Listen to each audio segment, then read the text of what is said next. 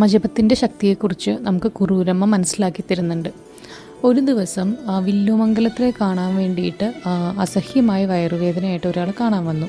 അദ്ദേഹം വില്ലുമംഗലത്തോട് തൻ്റെ കാര്യങ്ങൾ പറഞ്ഞ് എന്താണ് ഇതിനൊരു ആശ്വാസം ലഭിക്കാൻ ചെയ്യാമെന്ന് ചോദിച്ചു. അപ്പോൾ വില്ലുമംഗലാണെങ്കിൽ വലിയ ഗുരുവായൂരപ്പ ഭക്തനാണ്, ജ്യോതിഷത്തിൽ നല്ല അറിവുമുണ്ട്. അങ്ങനെ രോഗിയുടെ നക്ഷത്രവും സമയമൊക്കെ നോക്കിയിട്ട് പറഞ്ഞു, ഇത് കർമ്മഫലം കൊണ്ട് ഉണ്ടായ അവസ്ഥയാണ്.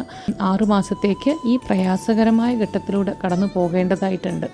മുജ്ജന്മഭാവമായതുകൊണ്ട് ഒന്നും തന്നെ ചെയ്യാനില്ല എന്ന് വില്ലുമംഗലം ഇയാളെത്ത് പറഞ്ഞയച്ചു. അങ്ങനെ ഒരു ദിവസം അദ്ദേഹം കുറൂരമ്മയെ കാണാനിടയായി.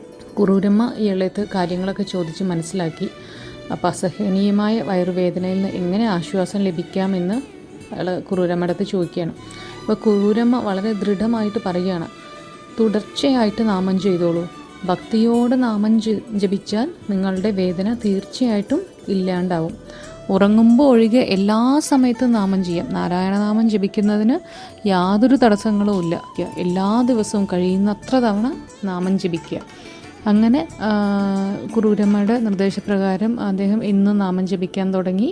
എല്ലാ സമയത്തും കഴിയുന്നത്ര തവണ നാരായണനാമം, ഭഗവാന്റെ നാമങ്ങളൊക്കെ ജപിക്കുകയാണ്. അങ്ങനെ ഗുരുവായൂരപ്പനെ നിരന്തരം ധ്യാനിക്കുകയും ആത്മാർത്ഥതയോടെ നാമം ജപിക്കുകയും ചെയ്തിട്ട് ഏതാനും ആഴ്ചകൾക്കുള്ളിൽ തന്നെ അദ്ദേഹത്തിൻ്റെ വയറുവേദന പൂർണ്ണമായിട്ടും മാറി. അങ്ങനെ അദ്ദേഹം ഗുരുവായൂരിൽ വന്ന് തൊഴുകയാണ്.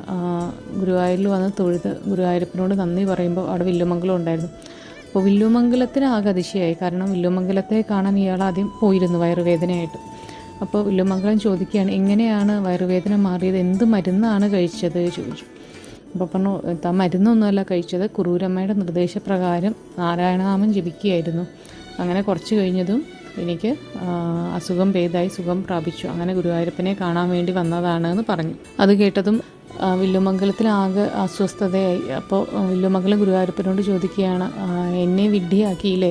അയാളുടെ ജാതകത്തിൽ തന്നെ പറയുന്നുണ്ട് മുജ്ജന്മ കർമ്മമാണ്, അതുകൊണ്ട് 6 മാസത്തേക്ക് ഇങ്ങനെയൊരു പ്രയാസഘട്ടം ഉണ്ടാവുമെന്ന്. അതുകൊണ്ട് അതുതന്നെയാണ് ഞാൻ അയാളോടും പറഞ്ഞത്. പക്ഷേ ഞാൻ കള്ളം പറഞ്ഞിട്ടില്ല. പക്ഷേ ഇപ്പോൾ എൻ്റെ വാക്കുകൾ അർത്ഥശൂന്യമായി എന്ന് പറഞ്ഞു.